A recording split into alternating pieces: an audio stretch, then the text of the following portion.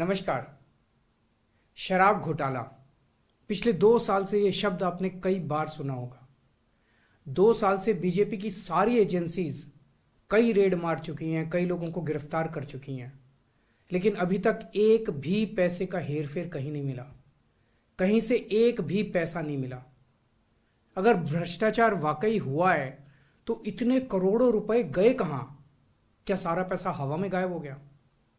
सच्चाई यह है कि किसी तरह का कोई भ्रष्टाचार हुआ ही नहीं।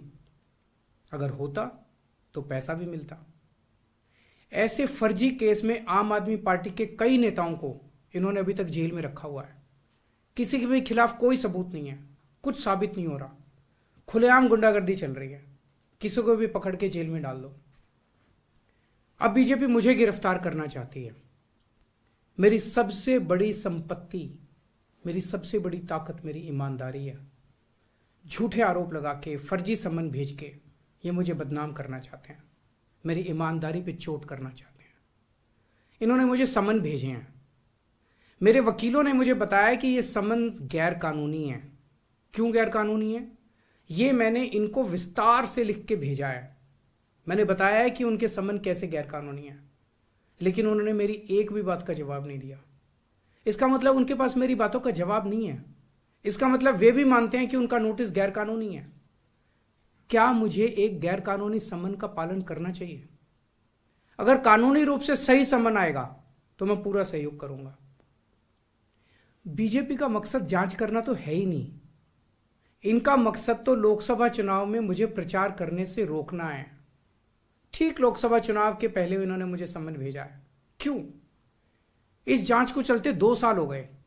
अभी ठीक लोकसभा चुनाव के पहले मुझे क्यों बुलाया जा रहा है? पहले क्यों नहीं बुलाया? सीबीआई ने मेरे को 8 महीने पहले बुलाया था।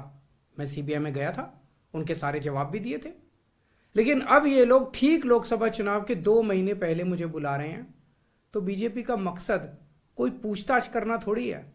इनका मकसद है पूछताछ के बहाने केजरीवाल को बुला लो और उसे गिरफ्तार कर लो, ताकि मैं लोकसभा चुनाव में प्रचार ना कर पाऊं। आज बीजेपी भ्रष्टाचारियों को नहीं पकड़ रही, बल्कि खुलेआम ईडी और सीबीआई का इस्तेमाल करके दूसरी पार्टियों के नेताओं को तोड़ के बीजेपी में शामिल करवाने का काम किया जा रहा है। एक नहीं, दो नहीं, कितने उदाहरण हैं जहां किसी पार्टी के नेता के खिलाफ ईडी सीबीआई के मामले चल रहे थे या उन पर गंभीर आरोप लगे हुए थे।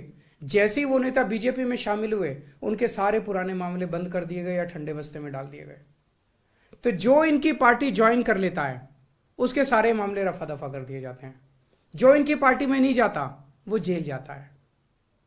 आज मनीष सिसोदिया, संजय सिंह और विजय नायर इसलिए जेल में नहीं है कि उन्होंने भ्रष्टाचार किया है। वो इसलिए जेल में है क्योंकि उन्होंने बीजेपी में शामिल होने से इनकार कर दिया है। आज हम बीजेपी का मुकाबला क्यों कर पा रहे हैं? क्योंकि हमने कोई भ्रष्टाचार नहीं किया। अगर हमने जरा सा भी गलत काम किया होता तो दूसरे भ्रष्टाचारी नेताओं की तरह आज भी हम बीजेपी में शामिल हो चुके तो होते आज तक।